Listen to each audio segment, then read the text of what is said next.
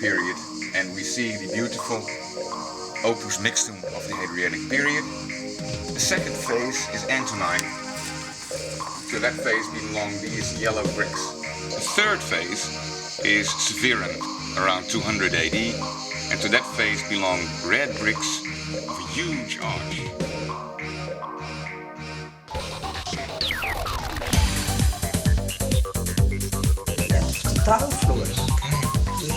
Oh yeah. Thea, we worked together way back in the 1980s in Ostia, studying bakeries, and I can remember quite vividly that there was one particular wall that you were quite excited about. It was pretty confusing. I have some photos of that wall. Do you remember it? Oh yes, it was utterly confusing for me. At the moment I had studied brick walls for a long period already, but this was really quite a problem. You see all kinds of pieces here, and some of the lower pieces and the upper pieces were of different ages, even 100 years between them, 2nd and 3rd century AD, with some other restorations. And that can be very confusing for students, how it is possible that perhaps a more recent part is lower in the wall and a more ancient part is up in the wall. You would think they start from the bottom and up. But since a Roman wall it is not a massive wall, but it is also always consisting of a core of concrete, where on both sides, or on one side, a facing, as we call it, of masonry, brickwork, tufa, can be anything, was added. Those facings sometimes did fall off after some time and had to be repaired. And then it is possible that the upper part, as here, which is Hadrian, that is 120, 130 AD, is 100 years older than the lower part was repaired 100 years later.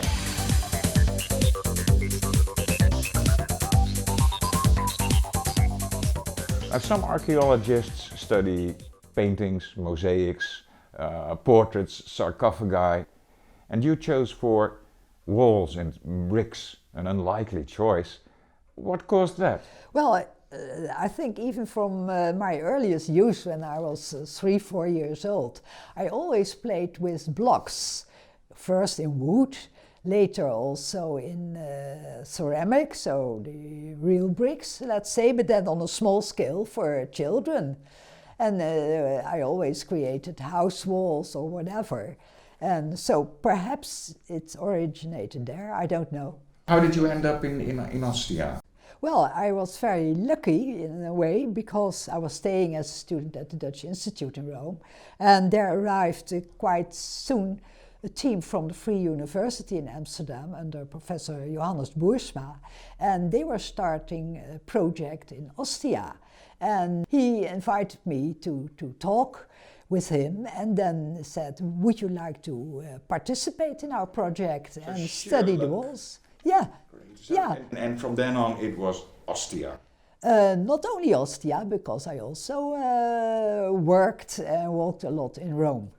What was the aim of the project? The aim was to study a block in the center of Ostia. It consisted in 14 buildings, 2 large mansions, a tenement house, several shops and workshops, a bath complex and a warehouse. That was pretty complete then. It was a mixed lot, yes.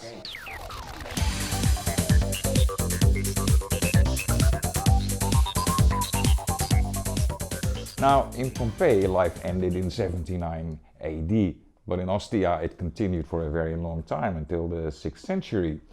So, an enormous chronology. I have some photos here of masonry that you dated. Yes, that is in the toilet in one of the larger houses. Like we used to have, the toilet was built under a staircase. This is one seat, so not very common for Rome. And the masonry I found here was quite early, because the adjacent walls are dated in the 2nd century AD, but this one was older and was dated also with comparison with other walls in Ostia and Rome, in the late 1st century. That is the late Flavian period. Now, in such confusion, obviously it will be helpful if some walls have already been dated more or less accurately. And I have photos of a few walls that were dated pretty precisely before you started your work. Can you tell us something about these walls? Oh yeah, this is an interesting one. That's the oldest one in Ostia. This is a wall of the ancient castrum, the old fortress of the year about 300 BC, in large tufa blocks. And it can still be seen? It can still be seen in several places and quite high, as you see here. This is 400 years later. This is a wall well dated in the period of the Emperor Trajan, so then we are just after the year 100 AD. And this is the most popular spot in Ostia. All school classes sit here. This is also a lavatory, but then a public one for many seats. And the walls that I now concentrate on are a very beautiful Hadrian mixtum, opus mixtum, tufa blocks and interlining bricks. Okay. And finally, that is not much later, 20 years later, the yellow purely bricks of the Antonine age, that's about 150 AD. And here we have your bakery, the Molino, and these enormous arches were added only after the year 200, when the Emperor Severus, I think, reigned.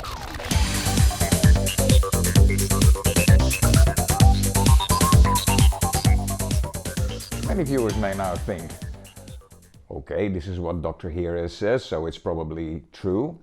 But if I'm in an old city in Germany and I look up at an old wall, then I may read a sign saying 1888. But we don't have that in Roman walls. So how can you date them so accurately? Well, the Romans did us a great favor, because in the reign of the Emperor Augustus, they started giving the bricks that were produced in series in large factories, they gave them a stamp of the factory.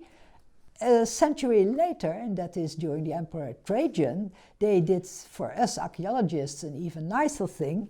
They added to that stamp the year it was stamped. Now, Romans did not indicate like we do 2022 or something, but they indicated the year by the two consuls, the high officials who reigned that year. We know the whole series of consuls, so that's not a problem.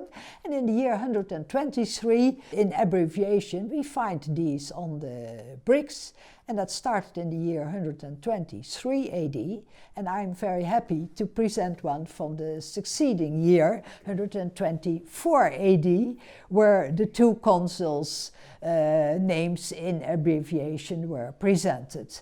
And in the second row, these are the consuls, is also named the factory it came from, owned by a certain Marcianus that we know nothing about. Unfortunately, those stamps were added only during the 2nd century and not continuously. In the 3rd and later it was very rare, but for this period we have a great help. So now we have the basics of a wall. Great, but now what? How can it be dated? There are different ways, but the most important thing is by looking at it carefully in different light and in different times of the day. And then describing what you see, repeating it if possible a few days later, and so go on. That's the most important thing, the visual analysis. You see the mortar between, you see if you look closer, but it's very important, the color and the substance in the mortar. You see the way it is built carefully with bricks that look more or less the same, or is it a mixed lot of bricks in color and in size, all that kind of things. And for extra security, I advise to take the measurements of a group of bricks in a wall. Well, of course, we do not know how ancient mortars and builders worked. So what their qualities was for one type of mortar or another, I cannot say, but I can say by having visualized so many of the walls that there's quite a difference from one period to another. There is a lot to be said about mortar. One thing is crucial. I always had a small penknife see how hard it was. And the best mortars, let's say of the 2nd century AD, the Trajan, Hadrian, the Antonine walls, they're very hard. You can't get inside them. That's very good. The late antique walls have usually a very bad mortar. I don't know whether they lost the practice or because the people were not trained well enough or whatever, or the money was lacking.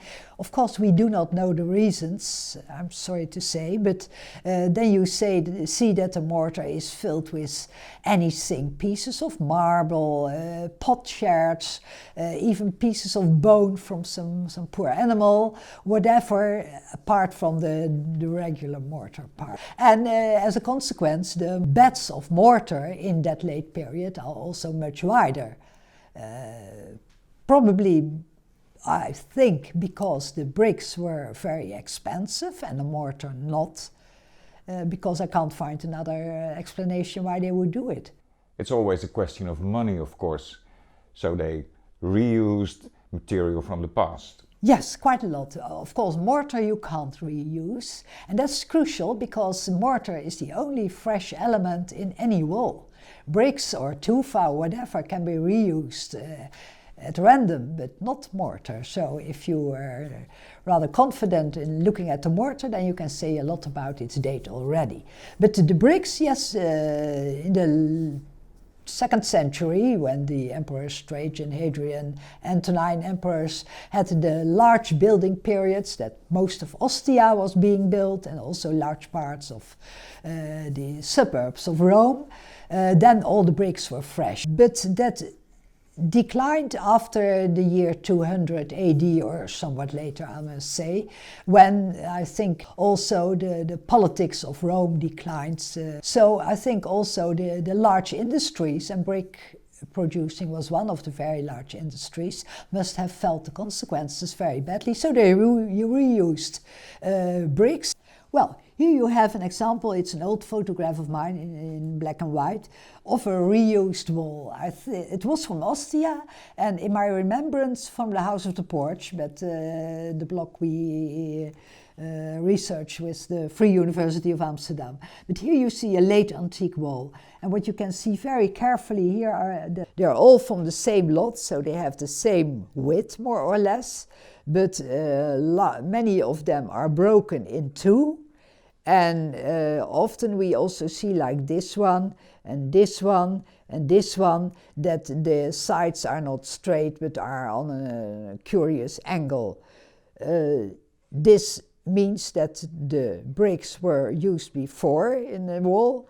That wall was demolished, and the bricks were cleaned of mortar and other things and built again in this wall, but because the bricks had been cleaned of mortar, which is very hard, often the bricks break into two. The shorter one we see here, for example, or the one here, or parts of the bricks are cut off, as we see here and we see here. However, the length where they are so cut off and chipped off at the front is always an indication of reused bricks. And here, more, if I were a student, I might think it's a Hadrianic wall because the bricks look like it. They may have been very well.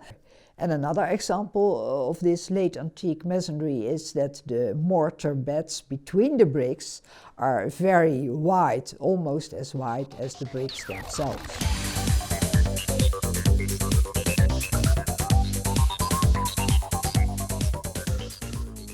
Shall we have a look at some examples? I'm looking forward to it. Okay, I have some photos here. Let's have a look at them. What do you make of it?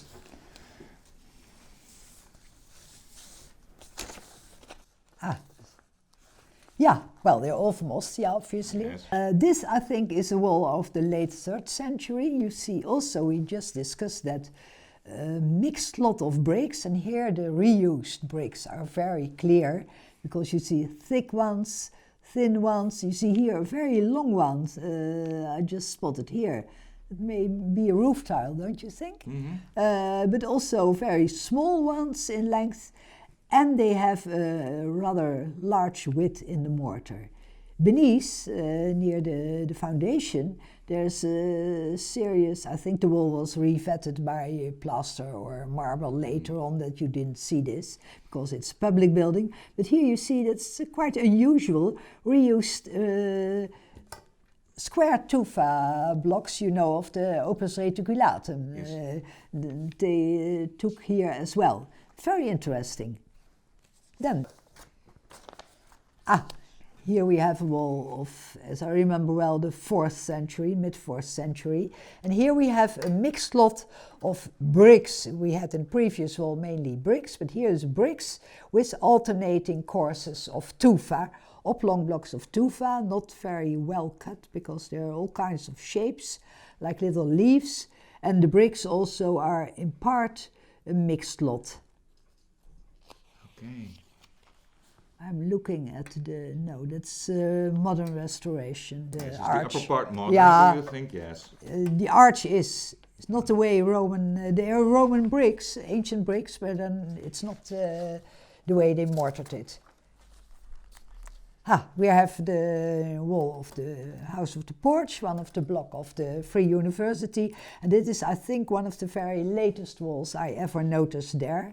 It's a secondary wall in the sense that all walls of the room were already there, and this wall was put in front of one, I think the south wall, in the 5th century somewhere. So how much difference is there between the walls, the lateral walls here and the back wall? About 2 centuries. 2 centuries. The left wall here is from mid-3rd century, as large part of the House of the Porch.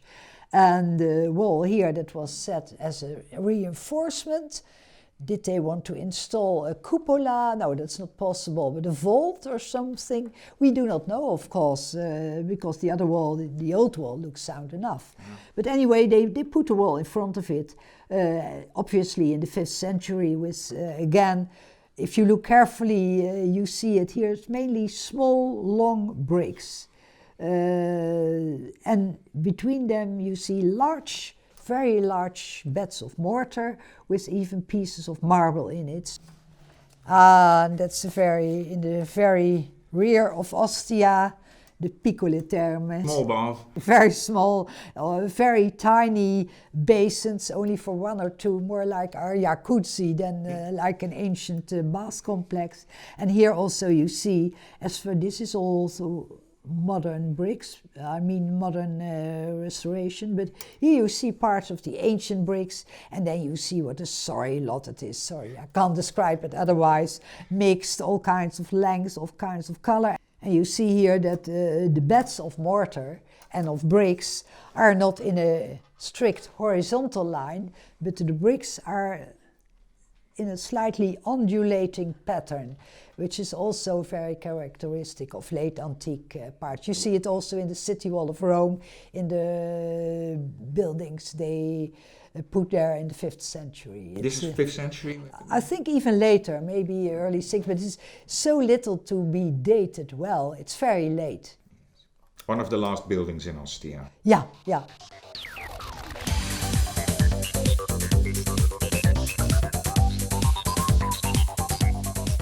Ostia was excavated in the 19th and 20th century, and obviously the walls needed some protection, restoration to protect them from the elements.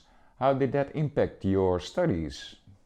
Well, of course we had to trust that they put back the right parts of wall on the right ancient part of wall. We see ancient photographs of the 1930s, for instance in the Terme de Sette Sapienti, where you see enormous blocks of 2-3 meters of bricks that had come down and that they had to put up. I find it quite admirable, that the way in which they restored it, and I hope and trust that they did it on the right spot.